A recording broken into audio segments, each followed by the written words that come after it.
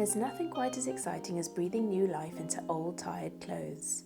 These overwashed and faded jeggings were the perfect item to upcycle. In this video, I'll show you how I use fabric spray paint, fabric medium with acrylic paint, and also fabric paints to create layers of pattern and texture, which you can do on any item of clothing. The first thing to do is make sure you put cardboard in between the layers of your fabric so the painting on one side does not seep through onto the other side of your item of clothing.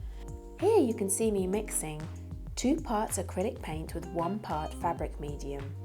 I then create a background layer of white because these jeggings are very dark and I want my paint to show through. On top of that, I'm spraying fabric spray paint by Tulip and Pabio. Once I get the background colours that I need, I quickly iron it before putting on this layer of black paint on top. This is a black fabric paint from Dylon, which is one of my favourite fabric paints. And I carefully use my eye to draw these patterns on. If you're less confident with drawing patterns directly on, I suppose you could use a fabric pencil or some kind of light coloured crayon and then paint over it.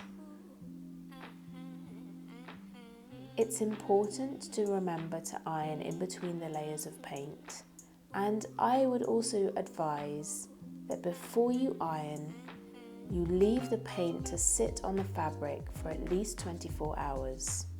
So bear in mind that if you have a special do where you want to wear your new customized clothes, it's going to take you a little while, at least a few days to complete. Here you can see me adding a top layer of turquoise.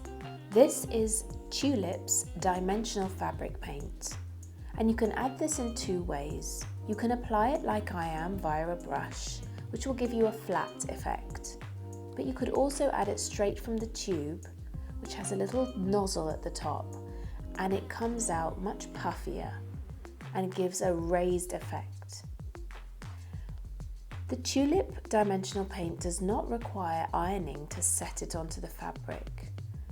So if you are combining it with other paints, fabric paints that do require ironing, I have actually tried ironing it and it works perfectly fine. Of course, whenever you're ironing any fabric paint, you must always put a cotton cloth between the iron and your actual painted fabric. Most fabric paint that requires ironing does have a set of instructions on the box or the back of the packet that tells you the temperature that the iron needs to be.